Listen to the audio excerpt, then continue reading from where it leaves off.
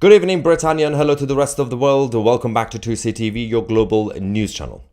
Apparently, we have a rise of Islamism. Oh, actually, no. That's what they want you to think. We have a rise of Islamophobia. According to the BBC, according to The Guardian, according to Sky News. Despite repeated warnings from the intelligence services, including MI5 and MI6, it seems like the propaganda mouthpiece of the regime, the BBC and others, disagree. They continue with a campaign of propaganda. But in this live stream, we're going to be exposing all that. And I'm not going to be the only one talking about this.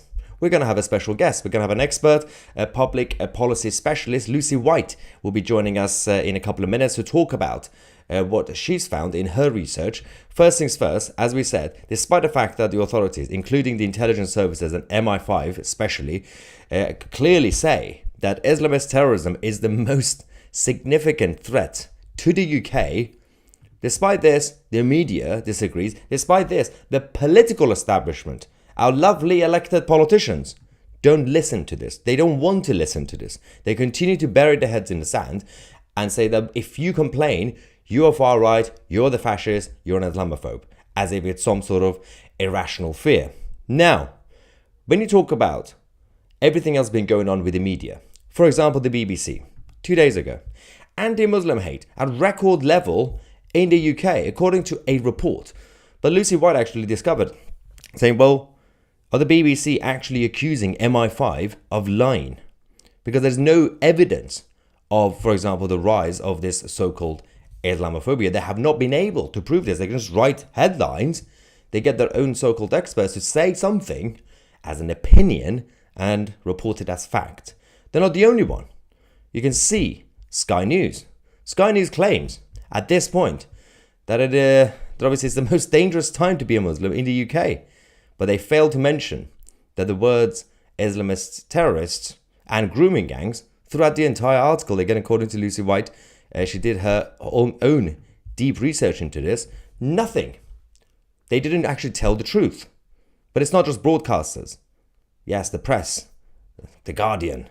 UK Islamophobic assault surged by 73% in 2024, according to The Guardian. They blame the far right. I mean, we're still waiting to see the rise of the far right. We don't know what that means. But they share a story.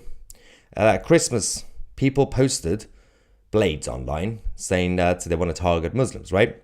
When in reality, many UK Christmas markets were cancelled because of threats from Islamism. Not to mention what happened in Germany and the Christmas markets.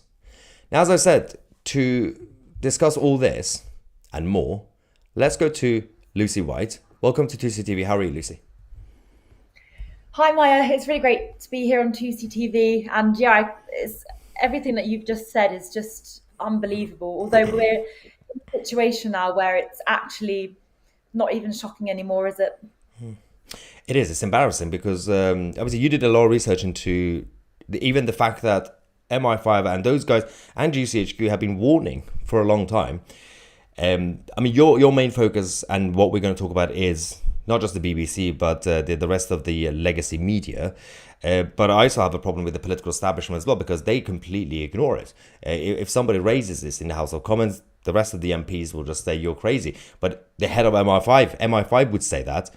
They can't say that about the MI5, but they just ignore all this. But you obviously mentioned the BBC so-called report. But there was no evidence of the rise of Islamophobia, right? Well, so the first thing that I would question is this term Islamophobia, because to have a phobia means to have an irrational fear of something that is of little or no threat. Yet the MI5 are here telling us, to quote them, that Islamist terrorism is the most significant terrorist threat to the UK by volume. And therefore, this suggests that Islamist terrorism is a very real threat. And therefore, the term Islamophobia itself is incorrect because this suggests that there is little or no fear. But there is, of course, a huge fear. It is crazy. I mean, isn't it interesting that you did this research at the same week as the recent latest scandal that's just hit the BBC specifically, which is this so-called documentary in Gaza. What are your thoughts on that? Obviously, they've been exposed. They had to withdraw the documentary from their platform anyway. But because I did a report earlier today on this, and I said the problem I have is not just the fact that, oh, they got a couple of people who have links to Hamas or whatever. That the problem is not just that, like the kid who's the son of, I don't know, some Hamas leader. It's the problem is you go through the documentary, it's clearly orchestrated. So collaboration between the BBC and a terrorist organization.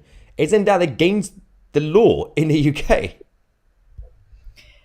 Yeah, well, you would expect so, but honestly, Maya, with what's going on these days, as I say, nothing even surprises me anymore. It's just all a hoax. And what this report was on Islamophobia, it's from an organisation called Tell Mama, which is basically an organisation that takes anti-Muslim or Muslim hate crime and records it all.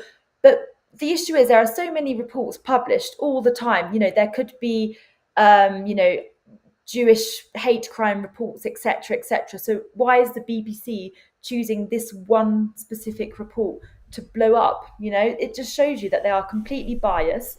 And as I say in my Twitter thread, I will quote this for you. The BBC on their website, it says, Islamist terrorism, they literally say there has been a surge of rhetoric that falsely portrays Muslims as terrorists. I'm sorry, how is this a false portrayal? Are we saying that there hasn't been a rise in Islamist terrorists? Is the BBC trying to tell us that the MI5 is lying? That's the thing. They seem to be implying that the MI5 is lying, and considering, for example, if I or yourself say that publicly, for example, something MI5 would say or MI6, and we come out and say they are lying, we're gonna get accused of going against the state, right? But seems like the Yeah. BBC can do it. The Labour government can do it. I can assure you, if I bring David Lammy on this channel right now, he would deny what we're saying, which again is against what even MI5 is saying. But it's not just the BBC, is it? Because you also mentioned Sky News and even the Guardian and all these guys. Why do we not have anybody actually? I mean, I'm trying to do it. We're trying to do it with new media, but the other mainstream people, why are they not being challenged by, for example, their own rivals? I don't know. We've got right-wing papers. We've got right-wing news channels now, technically. We've got the right-wing political parties. Why is nobody coming out to actually challenge basic claims that should be debunked? Well, I would say I think the main reason people, even the right wing parties, are too afraid to debunk, even as I say, Islamophobia as a term is incorrect. I feel like they're too afraid to say it because we've had a severe suppression of freedom of speech. We've even seen how the government are interfering with Apple, with our WhatsApp messages, with our camera rolls, and people are too afraid now to say things publicly. We even had a case of a young lad who sent an email to Jess Phillips MP, and now he's been imprisoned, and that's absolutely absurd. And just going back to Islamophobia, they say, scratching their heads, "Ooh, why is it increased by 73%? Well, I can tell you now, Maya, and to the 2CTV lovely audience we have here, the reason as to why it's increasing and will continue to increase is because we have in our country, we have Islamist terrorists, we have Islamist suspects who are on the prevent list, we have grooming gang members, we have grooming gang accomplices, and we have general Islamists or Muslims who believe that, as I quote by the MI5, they have grievances against the West. So while we have all these people in our country, of course Islamophobia is going to rise. So the only solution is you must deport and remove these Islamist terrorists, these grooming gang members, and anyone else that has a problem with the West and that could pose a threat. Well, you mentioned prevent, and what are your thoughts on when the story came out about Axel Ruda Cabana and the fact that he was referred to prevent and the authorities a number of times, and he also took the knife to the school many times, about 10 times, until he eventually got suspended. But we have all these entities like prevent, but they're not doing their job. So what is the actual problem? Because politicians come up with ideas. They say we should create this, we should do this, we create a new scheme. Well, we have the schemes, we have the laws, but it's not actually being used. So are you saying that even those who are now in charge of these entities, who've been given permission from the government and the people to do something, so even they are at best afraid because of political correctness, because of Islamophobia? Yeah, absolutely. I mean, I would like to start with a more personal story about the Prevent scheme. So I'm actually from Southend-on-Sea in Essex. And as you all know, one of our local MPs, Sir David Amess, was brutally murdered by Ali Harbi Ali. And he was, of course, an Islamist extremist. Now, the issue with Ali Harbi Ali is he was referred to the Prevent scheme many times. And then, despite their treatment, to overcome his Islamist terrorism, they thought, okay, he's followed our course, Hmm. he's deemed safe to the public, and they released him. And then he went and killed our local MP. But not only Sir David Amess was on his list, he had two other MPs on his hit list that he had visited the local MP's office of those two other MPs. Now, obviously this is infuriating for me on a personal level because he was a local MP from where I'm from. But also the fact that it's just like the stupidity, or, they're just so asinine, these Prevent scheme people, just to think that he can be released. I think Yeah. that anyone on that Prevent scheme, just deport them back to their country of ethnicity if they're a threat. You mentioned the taxi driver. What was the issue with the taxi driver? Yeah, Maya. So basically, when I was studying at Cambridge University last year, I got off the train and I had my little doggy with me. He's a toy poodle. So you can imagine how small he is. They don't molt hair or anything like that. I was in a rush. I think it was raining, so I wanted to get a taxi to my college, which was only like a 5-10 minute drive from the station. Had my little doggy in my hand. There was loads of taxis lined up waiting. I went up to them, can you drop me to my college? And they said, no. And I say, sorry? No, we're not taking you. And I'm like, why? And they say, no dogs allowed in the car. And I was just like really confused. So after like the sixth taxi in the line, one let me in. And I said to him, what on earth just happened? Why was I rejected from the taxi? And he said, yeah, because they're all Muslims, and they don't like dogs, and they think dogs are dirty. They refuse to take dogs. And that's in Great Britain, which is a dog loving nation. Well, it's not just a dog loving nation, it's also a beer loving nation. And now Five Guys in Birmingham will not be serving beer or bacon.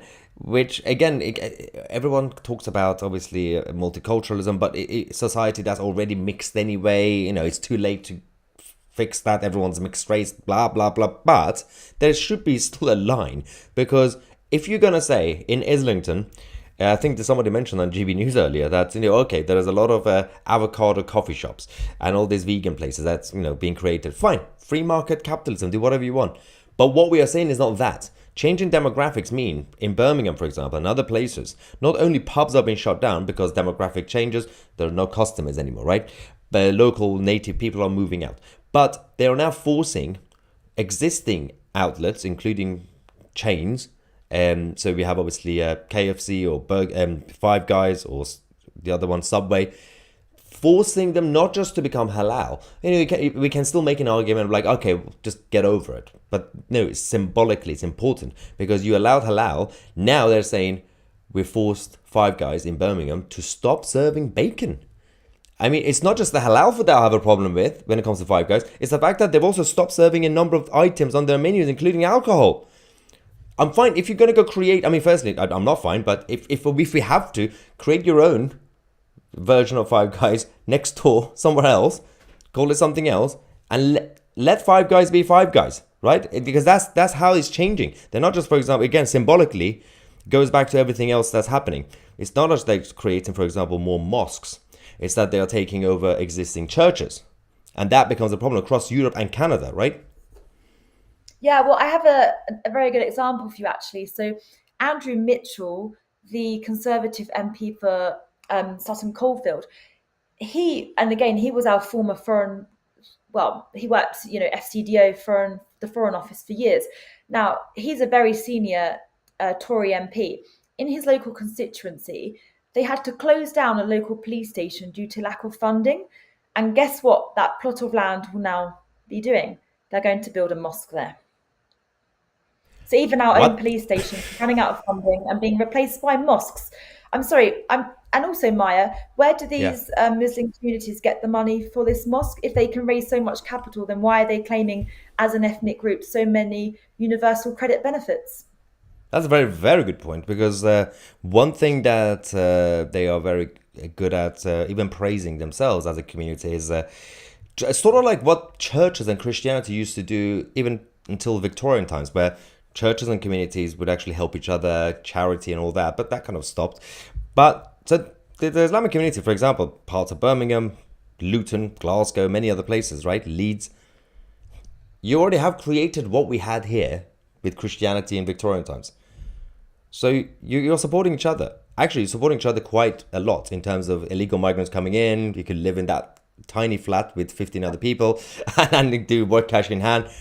But you still need that free Domino's pizza when you come on a boat. And you still need, obviously, all the universal credits. Because the funding comes from organizations like up in Open Society, obviously Alex Soros, George Soros. State of Qatar has been bringing in a lot of money into this country. So the money is going to the Islamic centers. Why can't they just use that, right? It's insane. Yeah, I mean, and also obviously we speak about Five Guys. I mean, this area of Birmingham, as we say, they want halal meat, they don't want bacon, etc. But just to pull up some more statistics for you, if we look at Tower Hamlets, which is of course in London, 34.6% of all residents are Bangladeshi, and 40% of all residents in Tower Hamlet are Muslim. And so that's completely changing the demographics there. And it even says here on the Tower Hamlets website that 16% of the households were overcrowded. So as you're saying, they just sort of all come in flocks. I dread to think how many people are living there, in one bedroom. And the question is, Maya, how many British people do you think go on holiday to Bangladesh every year or to Pakistan every year? And so, these are undesirable locations. To put it bluntly, even Taylor Swift, her era tour, didn't even go to these countries. So that's how undesirable these countries are. All the immigrants coming up from North Africa, from the Middle East, from Bangladesh, from Pakistan, they're very undesirable. No one wants to go there, not the Brits, not Taylor Swift. And so why are they coming to our country? And you wonder why they call them no-go zones. Well, they're Yeah. no zones because who wants to go there? Well, yeah, not even Taylor Swift. I mean, but we can see what happens in their own regions, what they're doing to Hindus and those from India. I mean, ask Indians what's happening, and they can tell you that this kind of obviously escalates the whole situation because housing overcrowded, also lack of housing now because of that mass migration. But also, prison population is overcrowding because of mass migration as well. A lot of gangs. But you were talking about prevent earlier and just radicalism and everything else like that, including the work that MI5 have to do every day. Last time I went to visit Tommy Robinson in prison. This was before they banned all the visits and before they actually forced people to sign NDA, so I can say it. He mentioned something about what's happening inside Wood Hill prison. So they created, a few years ago, they created a section, a unit in the prison system, which is near the isolation unit where Tommy is. This was for radicalized people, Islamists, and they painted it nice. It was like very therapeutical. It was lovely, basically. It was to calm them down, meditation, all that. But they had to shut it down. It's now empty, that ward. They no longer use it for the Islamists. They send them back to the main prison because they realized the scheme wasn't working, because while they were doing all they paint the walls, I don't know, green and pink, whatever, they still had a library. Library is good, books are good. But what sort of books were there? The Hadith, the Quran, and it's the same books that they start reading again. They start getting radicalized. Like, well, that defeated purpose. So like, okay, we're going to bring you here to become less radicalized. Here's another book same thing that you read and you can radicalize. It makes no sense. And so that's the story from that Wood Hill prison, which is stupid, isn't it? Oh, honestly, it's insane. But again, as I say, nothing surprises me. It's all just ludicrous. And you honestly think who's even running this country anymore, and why are they so intent on destroying our lovely country? Well, on that note, we have to start off the live chat. You're gonna love this. So we got two interesting comments next to each other. So first one, actually quite correct. Baz says, apparently dogs are bad, but marrying your cousin, that's fine. So you start off, the bar is high. But then the next one, whose name is the Jalal Hassan something. You're all Islamophobes and ignorant liars. How's that going to help? As we said, Islamophobia doesn't exist because it has to be a little to no fear. Yeah, Islamophobia is like Palestine and Pakistan. They're not real countries. Pakistan is just an acronym anyway. So, so I always say. Anyway. Yeah. I say the capital of Pakistan is Islamabad. So they're literally saying Islam is bad. Is the name of the capital of Pakistan? Islamabad. You're going to get cancelled. Okay, brilliant. Let's get some super chats first. We've got Annie saying, what is Islamophobia? But that's the point. I mean, and I'm pretty sure this is sarcastic. How many Islamic people stabbed, raped, or murdered compared to white British? Line mainstream media. Is it? But that was your whole point anyway, right? In terms of your research, that they didn't talk about grooming gangs. They didn't talk about the gangs and everything else against white girls, for example. The no-go zones. There is Kinko saying it's like making something legal, then saying crime has gone down. That's true, actually. But to be fair, that's what Priti Patel did. Priti Patel, when she was Home Secretary, during the lockdown, the first lockdown, she made a speech at the press conference saying, burglary's gone down, I'm proud. I'm like, yeah, because everyone's at home. It makes no sense, Priti. That was funny. Peak Priti. We got Toddy Tarrant saying, I guess people who used to be Muslim, who are now ex-Muslims, are now Islamophobic as well. Hypocrisy and double standard. To be fair, I did say this in the live stream last night. Not only that's true, as Toddy says, but beyond that, those who leave it, the ex-Muslims, firstly, they were very brave because people can sit here, atheists and Christians, say, oh, come on, leave. It's easy, right? No, because you'll die. So those who actually do it are brave, but they're not just going to be called Islamophobic. They are now an open target to be killed, right? Isn't that a problem in the UK? And like obviously we had it in Sweden recently with an ex obviously by Iraqi asylum seeker who was against Islam, and they're doing it in the West, in the civilized West. Isn't that affecting our cultures? Yeah, it just shouldn't be tolerated. As I say, all these Islamist terrorists need to be deported, and maybe that's when Islamophobia will reduce. Yeah, if you want to disappear, if you want to fix Islamophobia, get rid of the Islamists, I guess.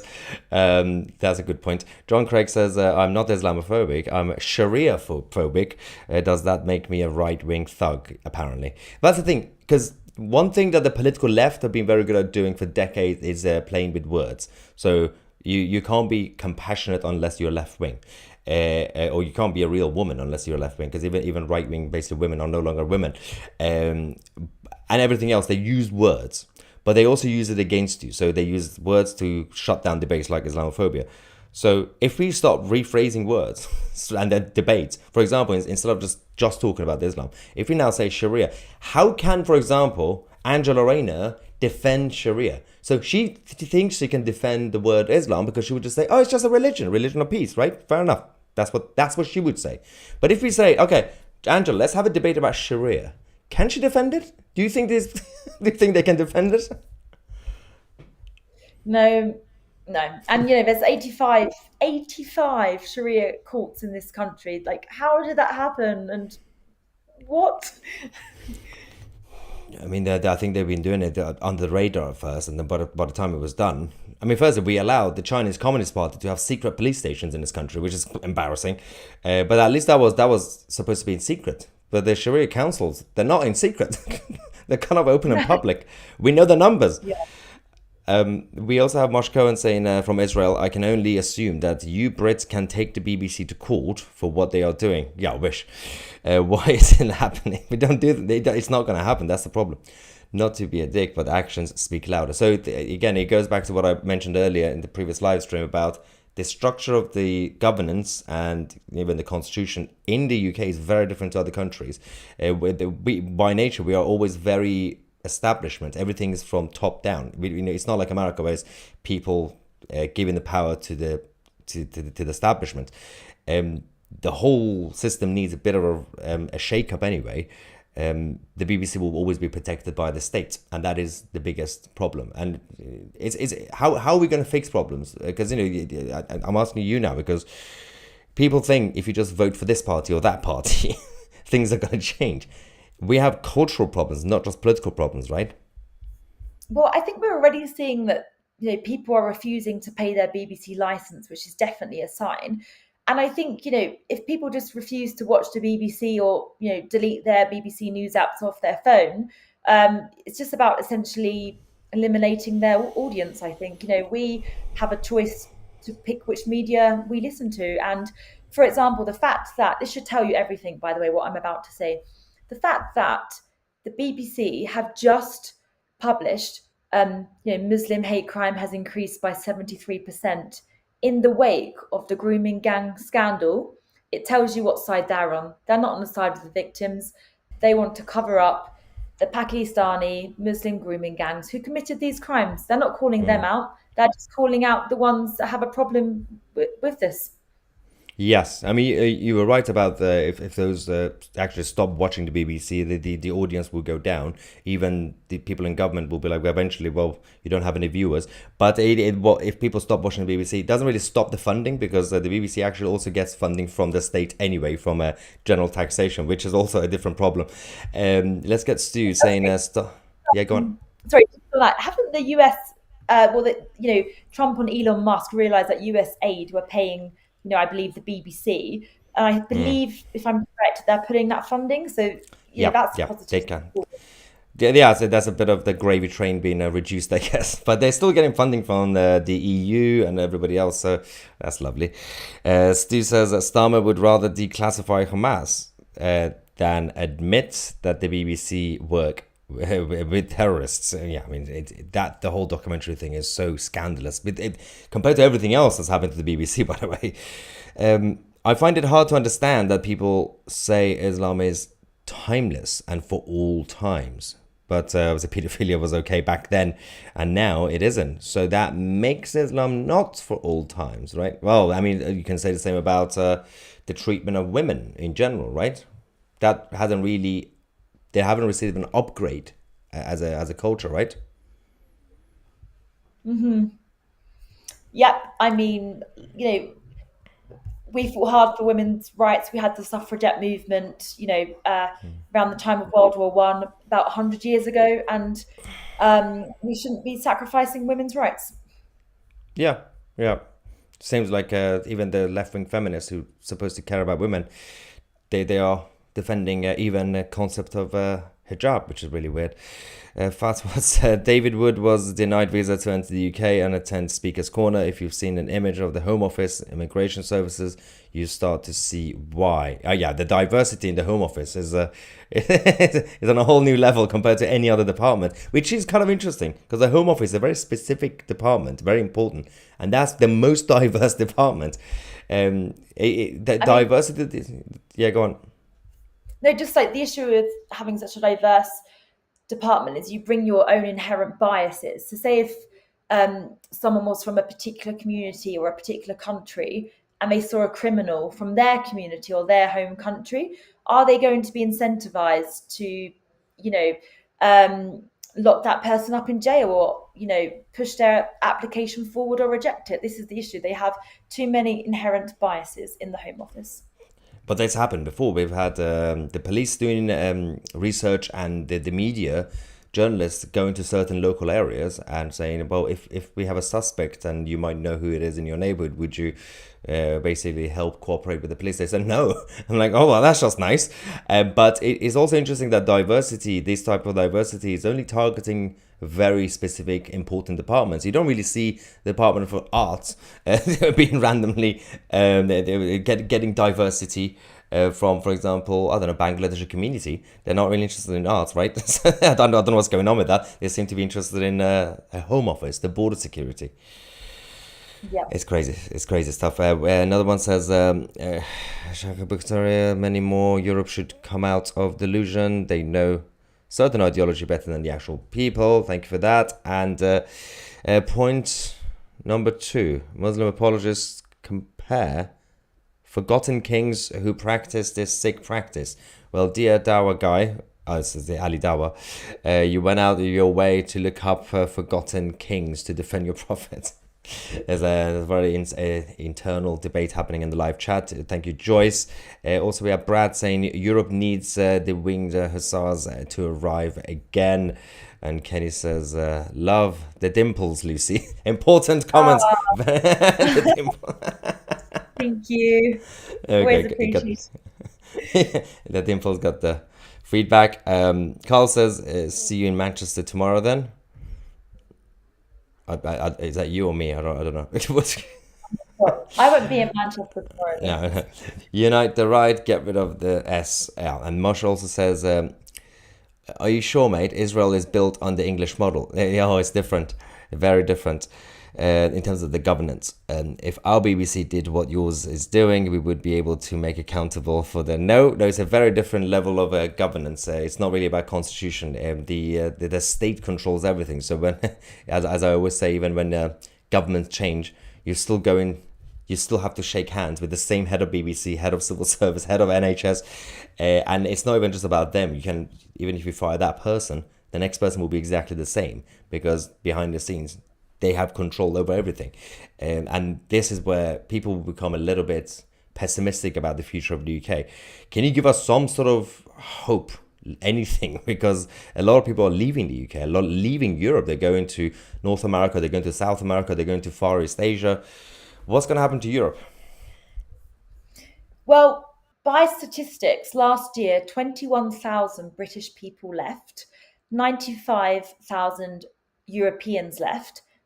But in contrast, you'll be devastated to know 845,000 non-EU migrants arrived in the UK last year.